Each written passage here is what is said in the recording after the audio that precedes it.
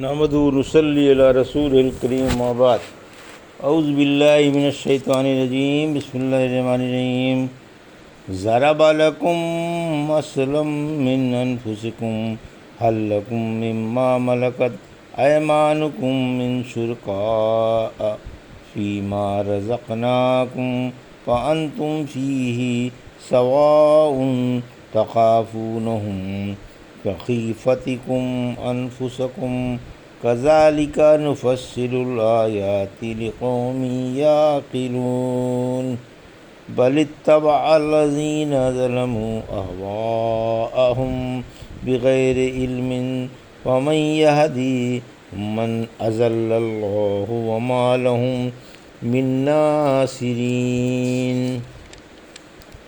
فأقم وجهك للدين حنیفا فطرت اللہ التی فطر الناس علیہا لا تبدیل لخلق اللہ ذالک الدین القیم ولکن اکثر الناس لا یعلمون منیبین الیہ واتقوہ واقیموا الصلاة ولا تکونوا من المشرکین من الذين فرقوا دينهم وكانوا شيعا كل حزب بما لديهم فرحون۔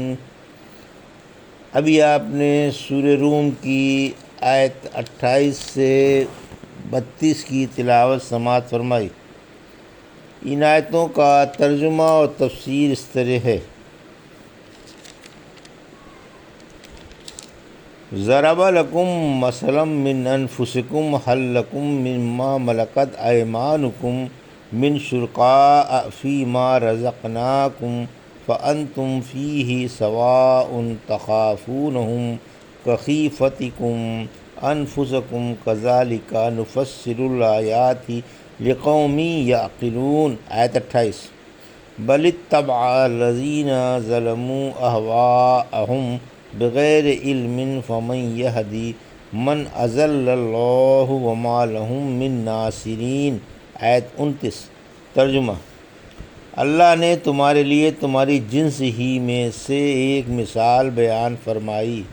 ہم نے جو کچھ تم کو دے رکھا ہے، کیا اس میں تمہارا کوئی غلام بھی شریک ہے کہ تم اور وہ اس میں برابر کا حق رکھتے ہو، اور تم کو ان سے اسی طرح خوف ہو جیسے تم کو اپنے نفسوں سے خوف ہوتا ہے۔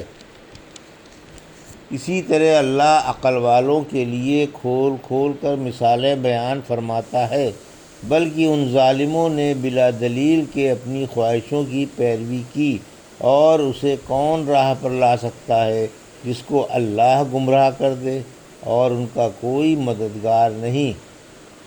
یہ تھا ترجمہ سورہ روم کی آیت 28 اور 29 کا تفسیر۔ آیت 28۔ مشرکوں کی مثال۔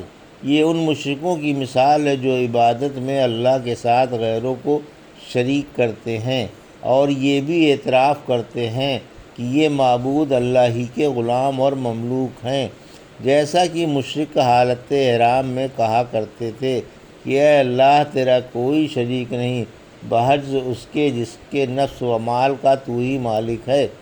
فرمایا اللہ ایک ایسی مثال بیان فرماتا ہے جس کو تم اپنے اندر ہی پاؤ گے تاکہ اچھی طرح سے تمہارے ذہن نشین ہو جائیں۔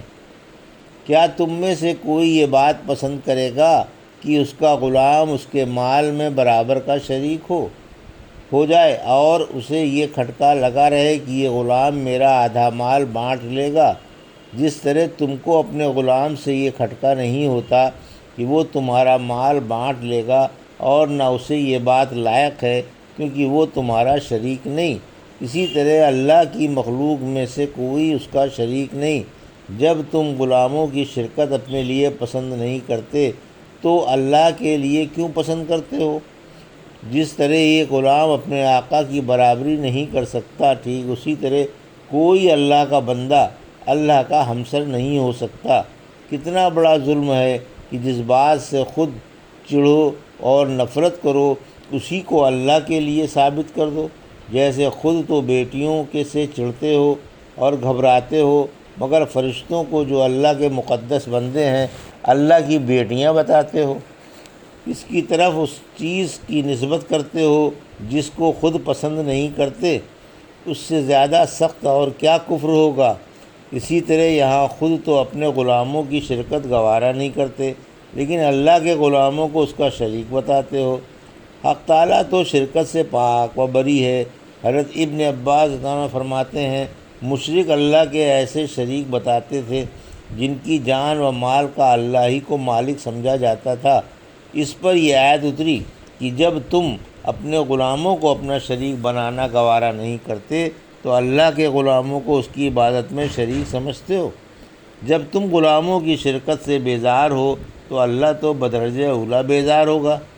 سبحان اللہ! عقل و ہوش والوں کے لیے کس قدر دل نشین اور سلجھے ہوئے انداز میں سمجھایا گیا ہے اور مثال دے کر اللہ کو شرک سے پاک و بری بتایا گیا ہے۔ آیت 29، شرک محض خواہش پرستی ہے۔ دراصل مشرک نادانی سے غیروں کی عبادت کرتے ہیں اور بلا کسی سند کے اپنی خواہشوں کے پیچھے لگ گئے۔ ان کے پاس بت پرستی کی نہ کوئی عقلی دلیل ہے نہ نقلی، بلکہ محض خواہش پرستی یا باپ دادا کی تقلید ہے۔ بھلا اسے کون ہدایت پر لا سکتا ہے جس پر اللہ ہی گمراہی لکھ چکا ہو؟ انہیں اللہ کی تقدیر سے کوئی چھڑانے والا نہیں اور اس کے عذاب سے کوئی بچانے والا نہیں۔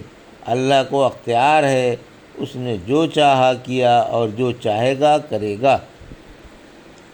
فَأَقِمْ وَجْهَكَ لِلدِّينِ حَنِيفًا فِطْرَتَ اللَّهِ الَّتِي فَطَرَ النَّاسَ عَلَيْهَا لَا تَبْدِيلَ لِخَلْقِ اللَّهِ ذَلِكَ الدِّينُ الْقَيِّمُ وَلَكِنَّ أَكْثَرَ النَّاسِ لَا يَعْلَمُونَ۔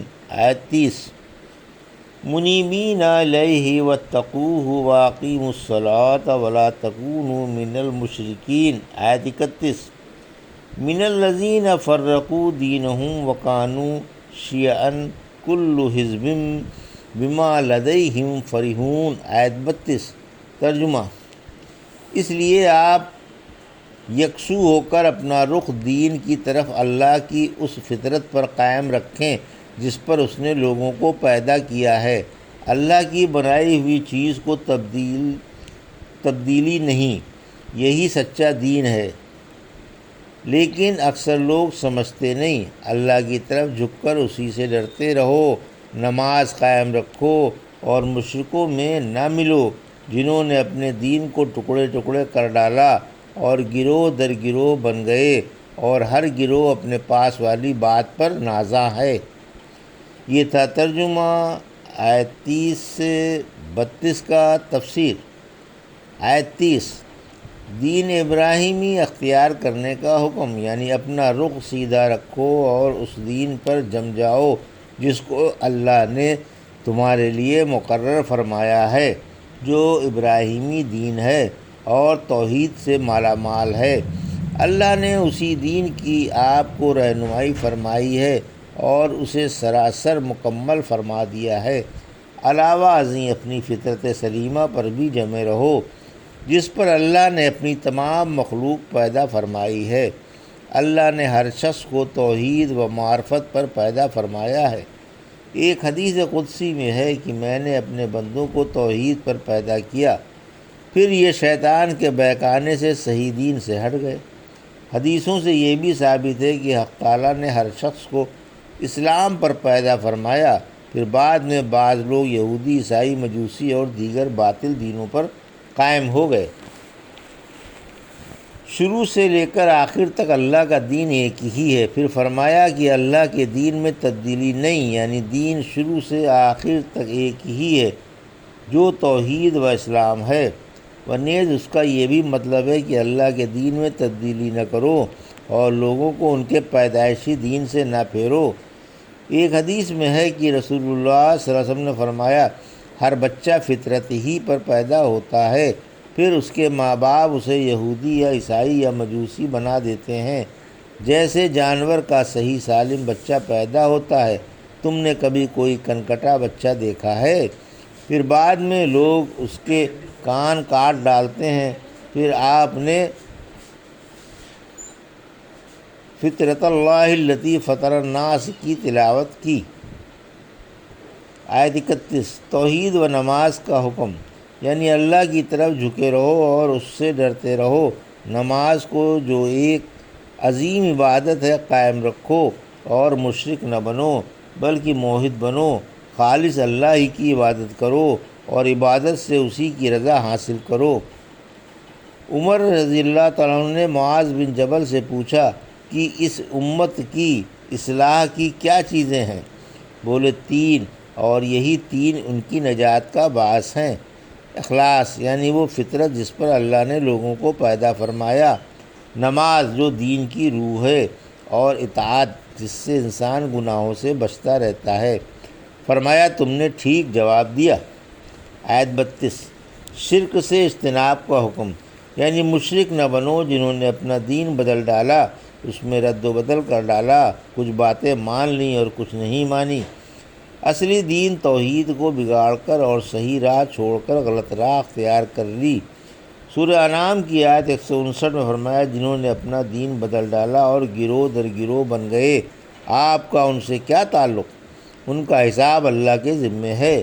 ہم سے پہلے دین والے آپس میں مختلف ہو گئے، ہر ایک کی جداگانہ راہیں اور جداگانہ خیالات ہیں، اور ترا یہ ہے کہ ہر فرقہ یہی سمجھ رہا ہے کہ میں ہی سچائی پر ہوں، اور امت محمدیہ میں بھی بہت فرقے پیدا ہو گئے، یہ سب گمراہ ہیں بحث ایک فرقے کے جو قرآن و سنت پر عمل پیرا ہے اور صحابہ کے طریقے پر گامزن ہے۔ رسول اللہ صلی اللہ علیہ وسلم سے پوچھا گیا کہ ان تمام فرقوں میں نجات پانے والا کون سا فرقہ ہوگا؟ فرمایا جو میرے اور میرے صحابہ کے طریقے پر عمل کرے گا۔ یہ تھا سورہ روم کی آیت 28 سے 32 کا ترجمہ اور تفسیر جو بھی آپ نے سماعت فرمائی۔ بارک اللہ لی و لکم فی القرآن الحکیم و نفعنی وایاکم بآیات الذکر الحکیم۔